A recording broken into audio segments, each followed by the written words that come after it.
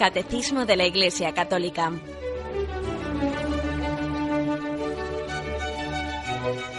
Un programa dirigido por Monseñor José Ignacio Munilla, obispo de San Sebastián.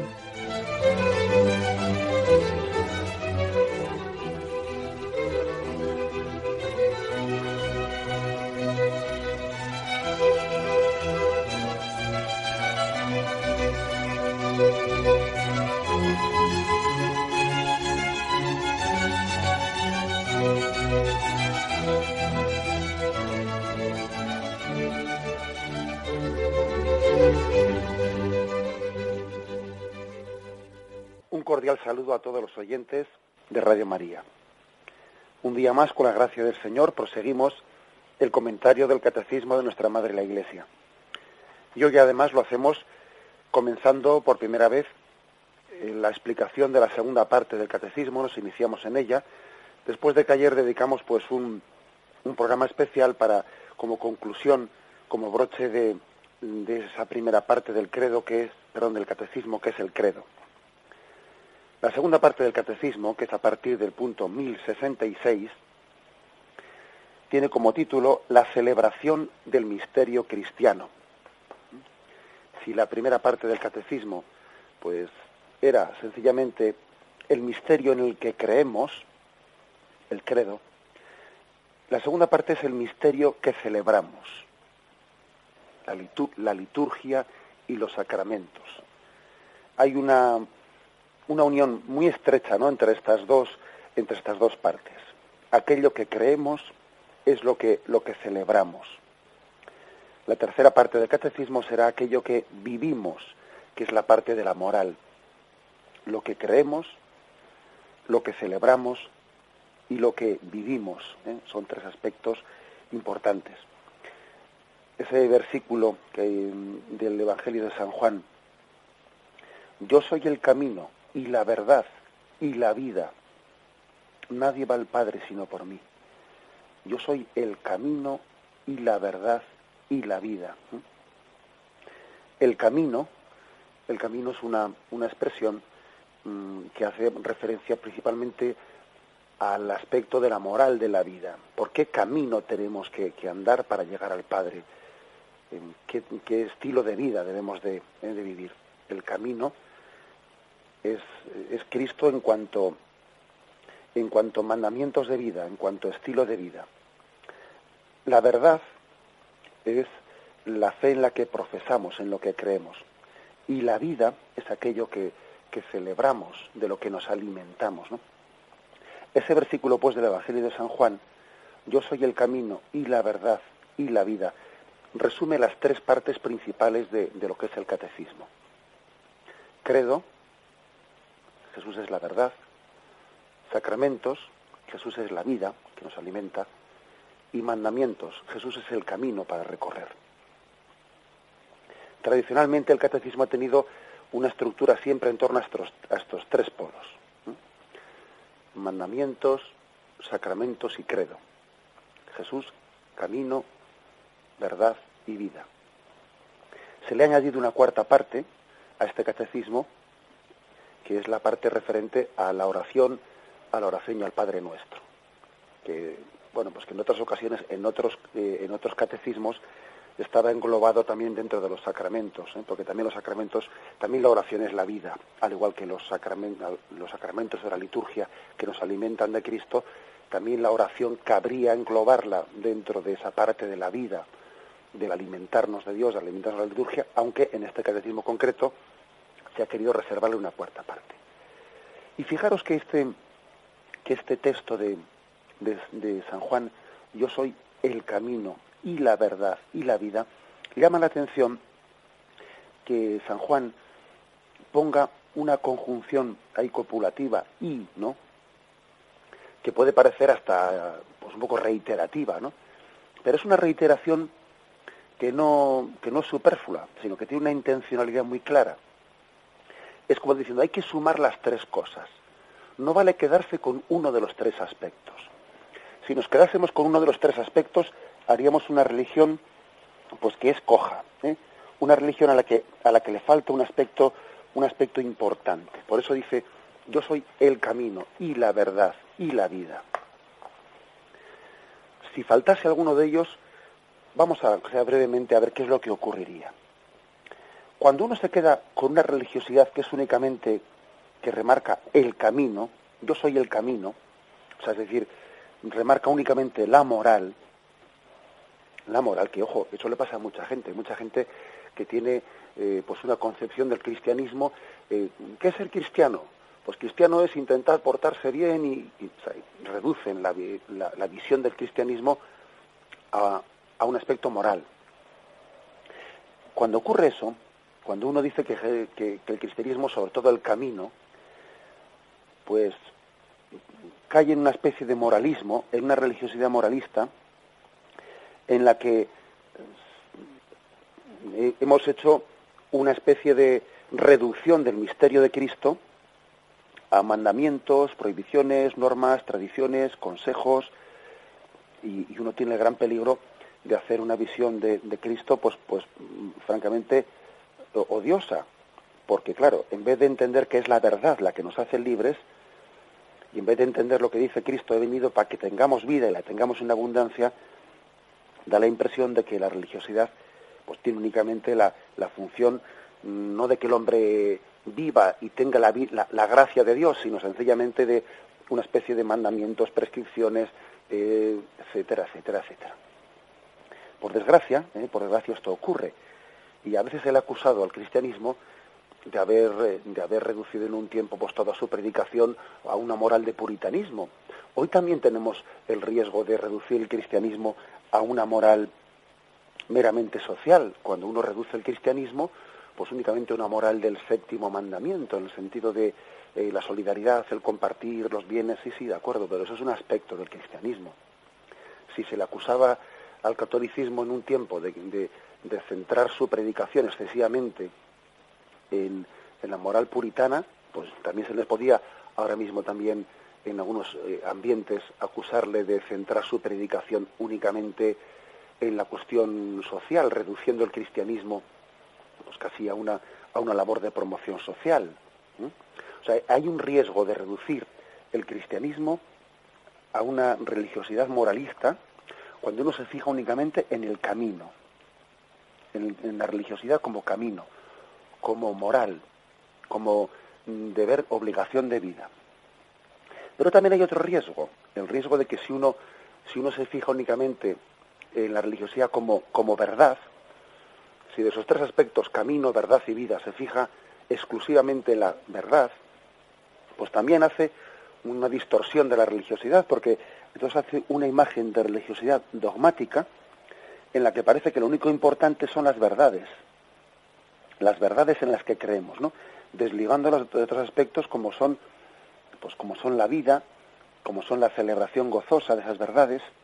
O sea, existe también el riesgo de que uno centre el cristianismo únicamente en la confesión de unas verdades escritas en un libro, y sería también una deformación.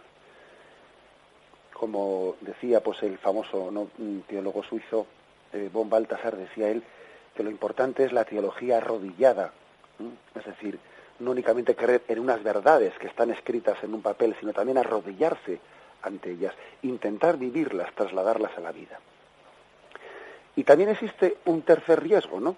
El riesgo de que uno se centre únicamente entre eso de camino, verdad y vida, se centre únicamente en el aspecto de vida, reduciendo el cristianismo a una religiosidad así meramente experiencial, que lo importante sería nuestras experiencias interiores gratificantes, ¿no?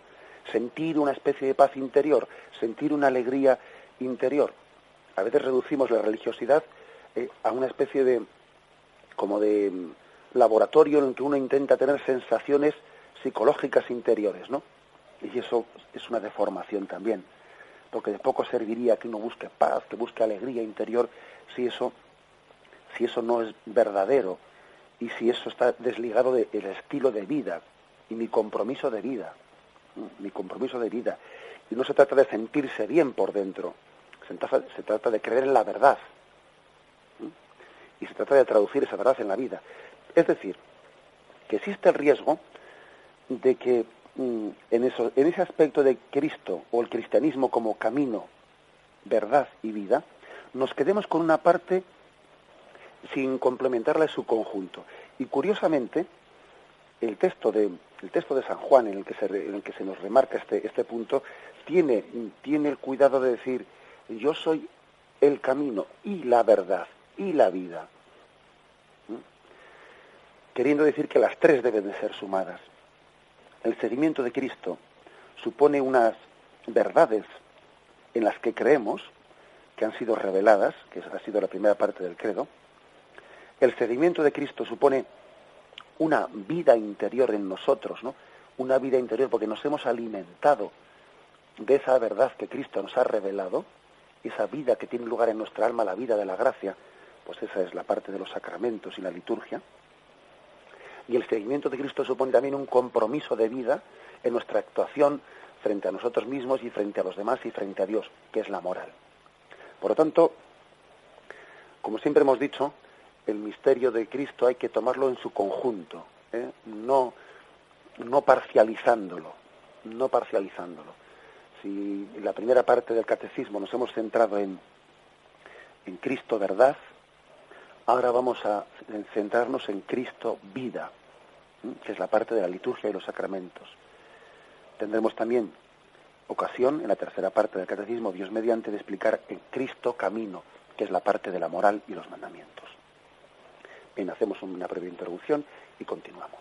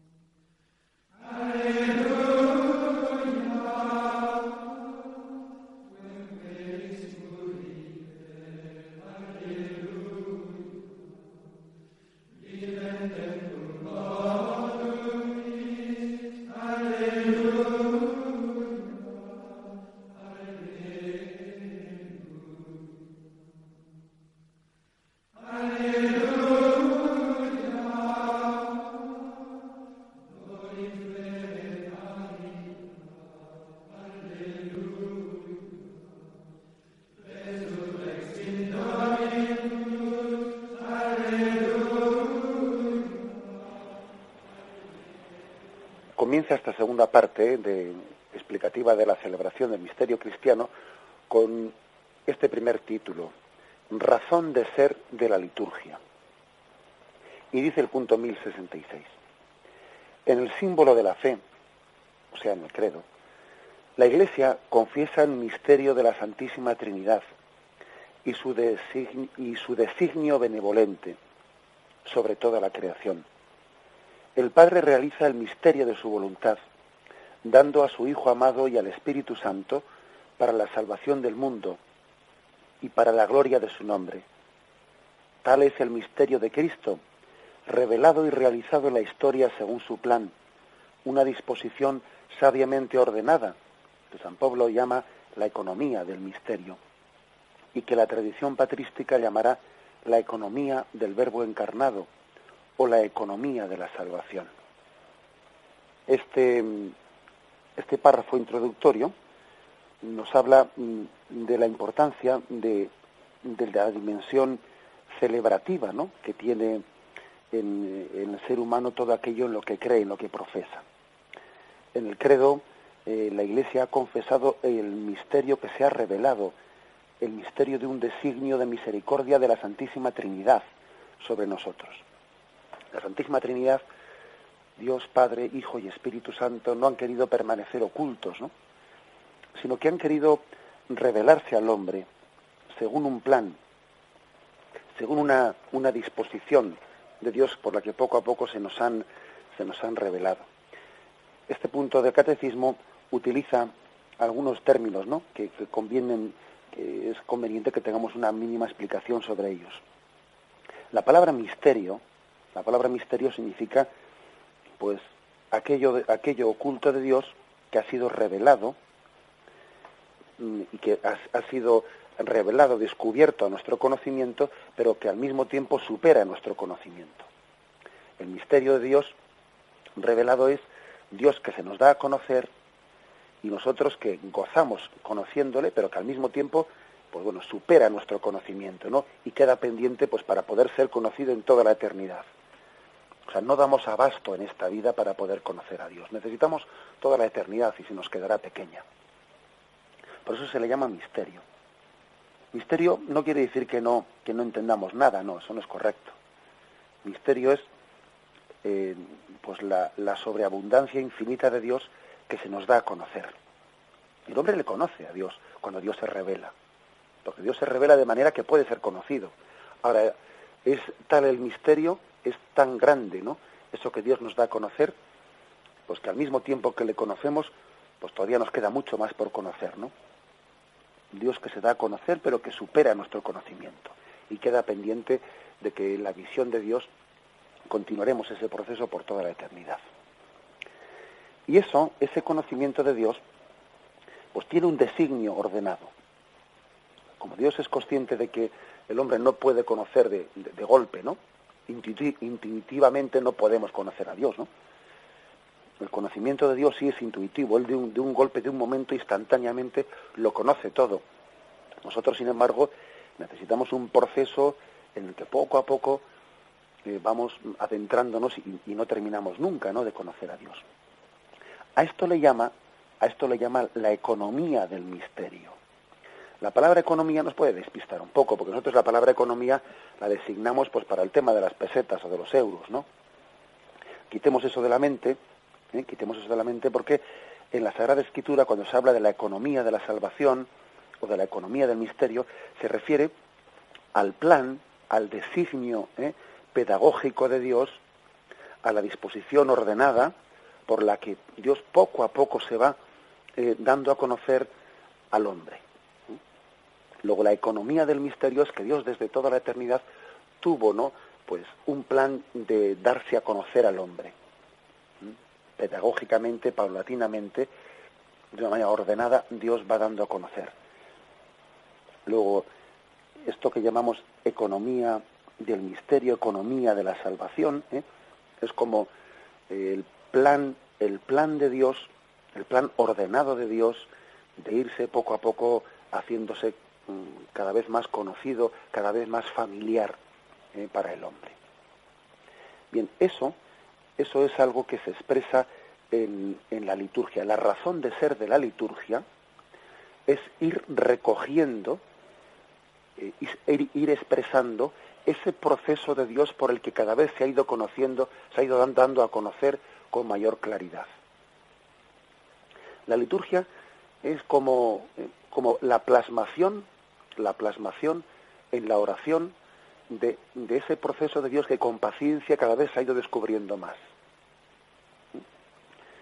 Es como cuando un pintor va plasmando en un cuadro eso que está viendo, lo que está sucediendo delante suyo. También la Iglesia plasma en la liturgia ese proceso de Dios que poco a poco, ¿no?, lo va plasmando, lo va desarrollando, lo va explicitando a lo largo del paso de los siglos. Hay que decir que el hombre, el ser humano, es un ser social y es también un ser celebrativo. Todas las culturas han sentido la necesidad de celebrar las cosas, de expresar eso en lo que creen, eso que ha ocurrido en ellos. Todas las culturas. Cuando Cristóbal Colón pues llega a América, se encuentra allí también unas culturas que celebran una serie de acontecimientos, ¿no? A veces sanguinarios y a veces pues con episodios crueles, etcétera, ¿no? Pero siempre celebrativos. El hombre siempre ha celebrado es aquello en lo que cree. Entonces es bueno que subrayemos esto, porque hoy en día padecemos un auténtico virus en nuestra cultura, un virus de individualismo en el que el hombre pretende aislarse encerrarse en su casa, en medio de estas colmenas en las que vivimos. Entonces allí se encierra con su televisión, con su tal, con su cual, ¿no? Y entonces se olvida de la dimensión comunitaria de la vida, de la dimensión celebrativa de la vida, y pierde, ¿no? Se despersonaliza en nuestras grandes urbes.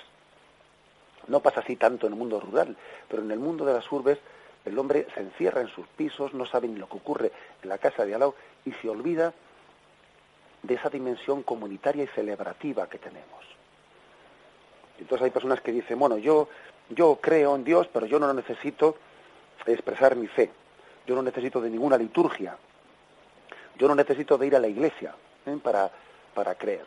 Me basta en mi interior, en el interior de mi casa, de mi hogar allí. Y eso es absolutamente falso. O sea, eso es cuando el hombre se desarraiga de su dimensión social, se empobrece tremendamente, se empobrece. Y es que además lo podemos comprobar. Veamos, o sea, es bastante fácil de comprobar cuál suele ser pues el proceso que se desencadena en una persona una vez que se va aislando. Es como una escalera en la que se van bajando escalones. Primero dice una persona, yo soy católico practicante, bueno, pero luego dice, yo soy católico no practicante. Bueno, al cabo de una temporada bajará un escalón más y dirá, yo creo en Dios pero no creo en la Iglesia. Bueno, al cabo de una temporada bajará un escalón más y dirá, yo creo en algo tiene que haber, pero no sé lo que es.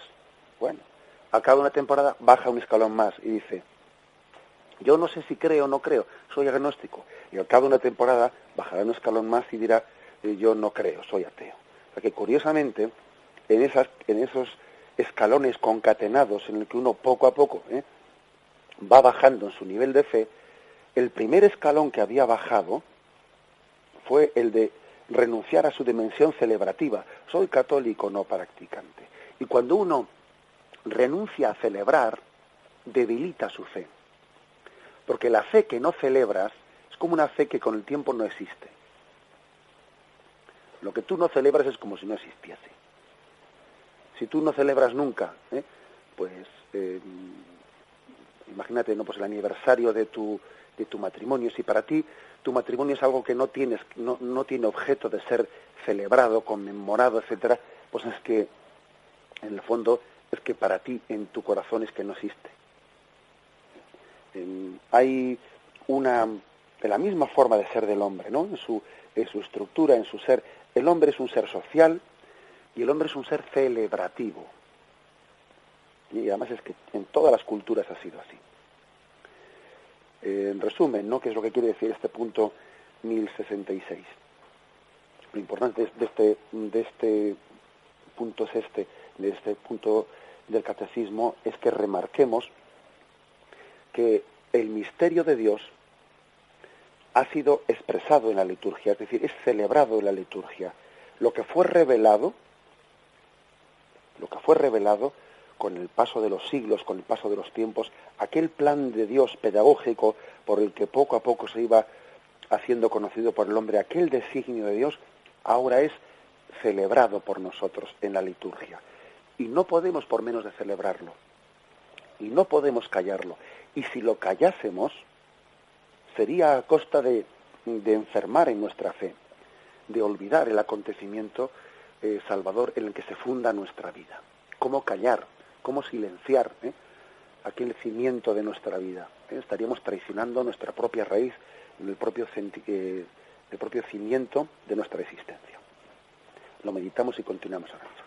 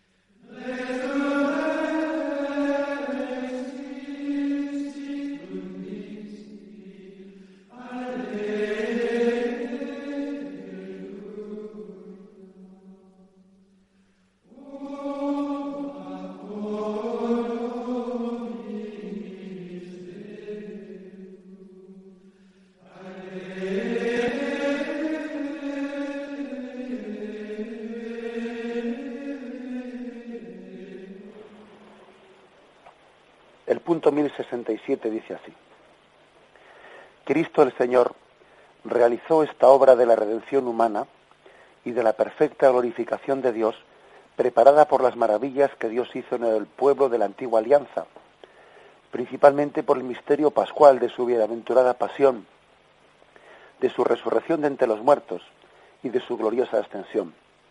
Por ese misterio, con su muerte destruyó nuestra muerte y con su resurrección restauró nuestra vida. Pues del costado de Cristo dormido en la cruz nació el sacramento admirable de la Iglesia. Por eso en la liturgia la Iglesia celebra principalmente el misterio pascual por el que Cristo realizó la obra de nuestra salvación. Es decir, este punto 1067 recuerda una cosa: lo central de la liturgia, lo central que celebramos siempre es el misterio de la Pascua. Luego, a partir de la Pascua, celebramos a Cristo en más aspectos de su vida, ¿no? Pero lo central siempre es la Pascua. Lo central es el misterio de la muerte y resurrección de Cristo y ascensión a los cielos. Eso es lo que celebramos, eso es lo que estamos, de alguna manera, pues continuamente insistiendo en ello. Hay una forma de expresarlo que maravillosamente ha puesto este texto de la Sacrosanctum Concilium, ¿no? Cuando dice: con su muerte destruyó la muerte, con su resurrección restauró la vida. La muerte de Cristo ha destruido la muerte, su resurrección ha hecho renacer la vida. Y luego dice, ¿no?, hermosamente, dice: y ese Cristo dormido en la cruz, ese Cristo muerto en la cruz, de su costado brotó, dice aquí, de su costado nació el sacramento admirable de la Iglesia. Con lo cual podemos decir que en eso que brota, el agua y la sangre que brotan del corazón de Cristo, es la vida de Dios donada para el hombre. La vida donada. Eso que Cristo ha logrado, ha obtenido por su muerte y resurrección, ahora te lo da en su corazón traspasado. Un comentario que creo que ayuda para entender esto. Esta segunda parte del catecismo que hoy estamos inaugurando, el catecismo la ha ilustrado, porque tiene muy pocas ilustraciones, el catecismo prácticamente tiene una única ilustración al comienzo de cada capítulo. Bueno, pues la ha ilustrado con un fresco de la catacumba de los santos Pedro y Marcelino de Roma, un fresco del siglo IV, ni más ni menos, un fresco que se conserva allí en las catacumbas, que tiene 1600 años. Es una escena que representa el encuentro de Jesús con la mujer hemorroísa. Esta mujer, que cuenta el Evangelio, allá en Marcos 5:30, ¿no?, que sufría de flujos de sangre, etcétera, se acercó a Jesús, humildemente le tocó el manto, y dice que salió una fuerza de Jesús que sanó, que curó sus heridas, ¿no? Y esta es la imagen de cómo los que tocamos a Cristo en la fe por los sacramentos recibimos la gracia de Cristo. La mujer hemorroísa tocando el manto de Cristo, del cual salió una fuerza y el mismo Jesús notó: ¿quién me ha tocado? Ha salido de mí una fuerza, ¿no?, dijo Jesús. Bueno, pues esa es la imagen de los sacramentos. Cristo ha obtenido por su muerte y resurrección, ha obtenido la redención de la humanidad y la glorificación del Padre. Y ahora nosotros tocamos su manto, ¿no?, para recibir esa vida. Ese tocar su manto, que también está expresado en el corazón de Cristo traspasado por la lanza, de la cual brota sangre y agua. Esa es la imagen de lo que la Iglesia entiende que es la liturgia. Tocamos el manto como la hemorroísa. Nos ponemos como el soldado que traspasó con la lanza al costado de Cristo al pie de la cruz para ser rociados por esa sangre y ese agua. Y nosotros nos beneficiamos, nos apropiamos de lo que es el misterio de la redención de Jesucristo. Dos cosas hizo al mismo tiempo Jesucristo: redimir al hombre para bien de la humanidad y glorificar a Dios para gloria de su nombre. Nosotros nos debemos olvidar de este segundo aspecto, siempre nos quedamos un poco en una visión así un poco antropocéntrica en torno, Cristo se entregó por el bien del hombre, claro, eso es cierto, pero al mismo tiempo y principalmente se entregó para glorificar al Padre, que son dos aspectos que están unidos pues en un mismo acto, ¿no? Para gloria de Dios Padre y para bien del hombre. Y ahora a nosotros nos toca recibirlo, o sea, estamos salvados por Cristo, bien, pero esa salvación tú ahora tienes que recibirla, abrirte a ella, tocar con fe, como la hemorroísa, el manto de Cristo para recibirlo. Cristo está deseando dártelo, porque Él lo ha obtenido para ti, pero es necesario que tú lo recibas con un deseo libre, como lo hizo aquella mujer hemorroísa, como con un acto de fe de quien recibe libre y conscientemente esa salvación dada en Jesucristo. En resumen, la liturgia es como la celebración y la apropiación, la recepción de la salvación obtenida por Cristo en la cruz y en su resurrección. La liturgia nos dispone a tocar el manto de Cristo como la hemorroísa. Cristo nos ha salvado, sí, pero esa salvación tú tienes que ahora que recogerla, que recibirla. Y ese es el don de la liturgia, el don de los sacramentos, en el que el hombre se dispone con fe a hacer ese acto de recepción de Jesucristo. Bien, damos un paso más con el siguiente punto, con el punto 1068. Dice así: es el misterio de Cristo lo que la Iglesia anuncia y celebra en su liturgia, a fin de que los fieles vivan de él y den testimonio del mismo ante el mundo. En efecto, la liturgia, por medio de la cual se ejerce la obra de nuestra redención, sobre todo en el divino sacrificio de la Eucaristía, contribuye mucho a que los fieles en su vida expresen y manifiesten a los demás el misterio de Cristo y la naturaleza genuina de la verdadera Iglesia. Aquí se nos dice algo importante, y es que en la liturgia el misterio de Cristo celebrado sirve para vivir a Cristo, para hacerle vida en nosotros, ojo, y también para testimoniarlo delante de los demás. Que en eso pocas veces pensamos. Pocas veces pensamos de que la liturgia bien celebrada es el mayor testimonio que el hombre puede dar delante de los demás, o por lo menos uno de los mayores testimonios. Pocas veces pensamos en que cuando alguien celebra la liturgia devotamente, pues está invitando a aquellos que le miran, a aquellos que le ven, a alabar y glorificar a Dios. ¿Cuántas personas ha habido que se han convertido viendo cómo rezan los demás? ¿Cuántas veces ha ocurrido que ha habido personas que en ceremonias litúrgicas a las que casualmente pues han asistido, ¿no?, se han visto impactadas por la fuerza de la liturgia? La liturgia tiene también una solemnidad porque está remitiendo a un misterio oculto. Y cuando se celebra bien, se celebra con unción, se celebra con toda la dedicación, ¿no?, está evocando algo oculto que se está ahí como tocando, se está como barruntando. No olvidemos una cosa, cuando el Evangelio dice: y cuando oréis, no os pongáis en el centro de la plaza, sino que encerraros en vuestra habitación, etcétera, etcétera. Esa frase de Jesús no cabe aplicar a la liturgia, porque la liturgia no es una oración privada, sino la liturgia es una oración pública. Luego, no apliquemos ese texto de Jesús que habla de la oración privada a la oración litúrgica.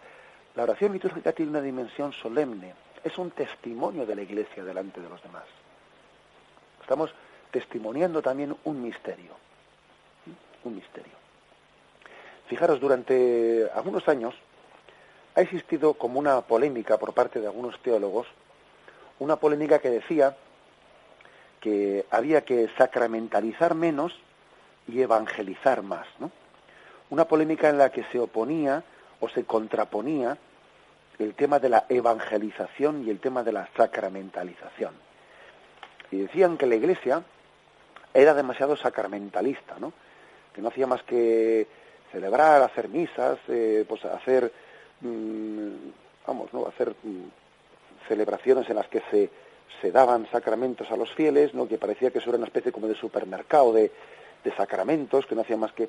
y que eso no evangelizaba, que había que sacramentalizar menos y evangelizar más. Y por evangelizar entendían, pues, hablar del Evangelio, pues dar a conocer cuáles son los valores de Jesucristo, etcétera, etcétera. Bueno, y uno dice, esa polémica que fue muy, bueno, pues que estuvo muy de moda y que todavía en algunos sitios se sigue oyendo, ¿no? Pero bueno, que quizás un poco ya esa gripe, afortunadamente pasó un poco en la Iglesia Católica, ¿no? Pero todavía puede persistir, ¿no? En algunos lugares. Pues esa polémica era una polémica absolutamente gratuita, ¿no? Sin razón de ser alguna, porque es que dice uno, ¿acaso la liturgia, acaso los sacramentos no son también una ocasión de evangelizar? ¿Acaso, como dice este punto del catecismo, ¿no? Cuando celebramos los sacramentos de la liturgia con plena devoción, ¿no estamos también evangelizando? ¿Acaso no es una ocasión de convertir a los demás cuando vean cómo rezamos, cuando vean cómo glorificamos a Dios? O sea, ¿acaso no es una ocasión de acercar a los que están alejados? ¿Cuándo tiene un sacerdote, por ejemplo, cuándo tiene un sacerdote mayor ocasión de llegar a las personas alejadas que en un funeral, que de repente, sí, que se supone que es un sacramento, ¿no? Pero una sacramentalización, allí la celebración de la misa, pero de repente tiene en su iglesia un montón de personas alejadas de las que no ve, no tiene otras ocasiones de evangelizarlas, ¿no? Como no sea que no vaya a todas las casas de ellos uno por uno, a ver dónde los coge a todos juntos va a poder hablarles, ¿no? ¿Qué otra ocasión tiene un sacerdote de evangelizar más grande que la celebración del sacramento de la misa en favor de un difunto en su funeral? Difícilmente va a tener una ocasión de llegar a las personas alejadas como esa, o en la celebración de un bautismo, o en la celebración de una boda. O sea, quiero decir que en vez de discutir, ¿no? Que a veces pues ciertos teólogos se han dedicado a discutir y dar vueltas un poco estúpidamente a conceptos, pues por ser críticos, ¿no? Ser críticos por ser críticos, ¿no? Dice uno.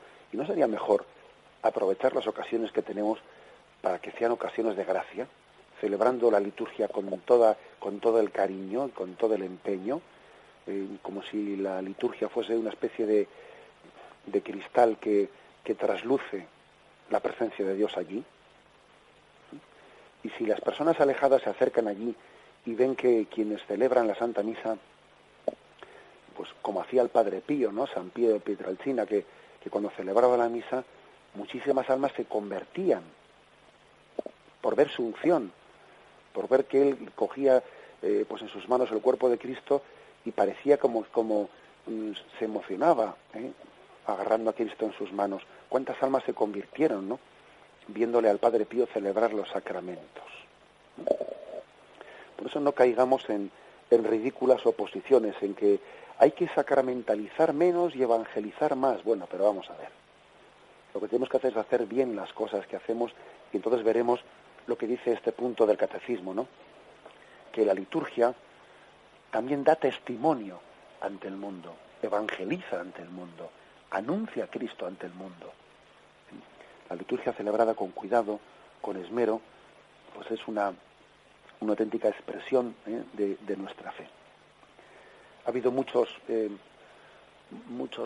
testimonios de personas que incluso ante el Santísimo Sacramento, entrando en una iglesia y quedándose impactadas, ¿no?, por la liturgia. Recuerdo pues una persona cercana a nuestra parroquia que nos contaba en una reunión de padres, nos contaba que su conversión, su primera conversión, había tenido lugar un Jueves Santo en el que habían ido pues en una especie de viaje de amigos, o sea, eran jóvenes, ¿no? Pues habían ido a Roma, a visitar Roma, sin ningún planteamiento de fe, bueno, o por lo menos al margen de eso, ¿no?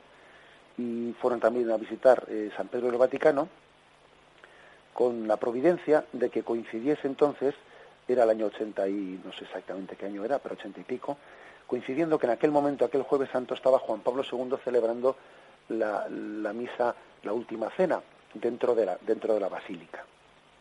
Entraron a la basílica, dice que les hicieron ponerse pues para para vestir correctamente suelen poner allí algunas prendas, pues para que uno no entre vestido allí de cualquier forma, algún pañuelo que les tapase, etcétera. Entraron allí y contaba ella que al acercarse un poco hacia el altar vio a aquel hombre, a un papa joven, Juan Pablo II, que en aquel momento estaba predicando, hablando del misterio de la Eucaristía, y contaba esta persona que le impactó de tal forma, ¿no?, ver la fuerza con la que hablaba y ver los ojos atentos de los jóvenes que estaban con sus ojos fijos en él, ¿no?, como esperando una palabra de gracia, esperando una palabra que diese sentido a sus existencias. Dio tal hambre de la palabra de Dios en quienes le estaban escuchando, aquello le impactó tanto que contaba ella en su testimonio que ella salió de aquel lugar transformada. La ocasión había sido meramente casual, o sea, había pasado por allí porque iba de un viaje turístico, ¿no? Pero que su encuentro con el Señor fue un encuentro en la liturgia, en aquel lugar, en San Pedro del Vaticano, viendo una celebración litúrgica en toda su intensidad, en toda su fuerza. Decía ella, narrando su testimonio de conversión, parecía como si me estuviese hablando a mí. Había allí miles de personas, miles de jóvenes sentados, ¿no? Pero me sentí mirada, me sentí como si me hubiese sentado aquel hombre, ¿no?, delante de su despacho y me hablase a mí personalmente. Esa es la fuerza de la liturgia. Que lo que el Señor le dice a todos, te lo dice a ti personalmente. Te lo dice a ti, te lo transmite a ti personalmente. Por eso tenemos que insistir mucho en la fuerza evangelizadora de la liturgia. En la fuerza evangelizadora. No somos nosotros, ¿no?, los que nos estamos expresando en la liturgia. Es el Señor el que se está dando a conocer. Es el Señor el que se está expresando ante el mundo. La importancia de cuidar de la liturgia es por esto. Es decir, la liturgia no es una expresión de mi subjetividad, de mis ocurrencias. Yo no celebro la liturgia pues para ser original. No, yo celebro la liturgia para que en ella Cristo se exprese y Cristo hable al mundo. Y yo soy un instrumento de eso, ¿no?, cuando celebro la Eucaristía. Es pues una potencialidad grandísima, de evangelización. Bien, lo dejamos aquí. Hemos comentado estos 3 primeros puntos, el 1066 al 1068. Razón de ser de la liturgia. Este ha sido un poco el título que hoy ha encuadrado nuestra exposición. Bien, me despido con la bendición de Dios Todopoderoso.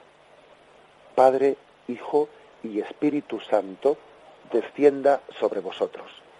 Alabado sea Jesucristo.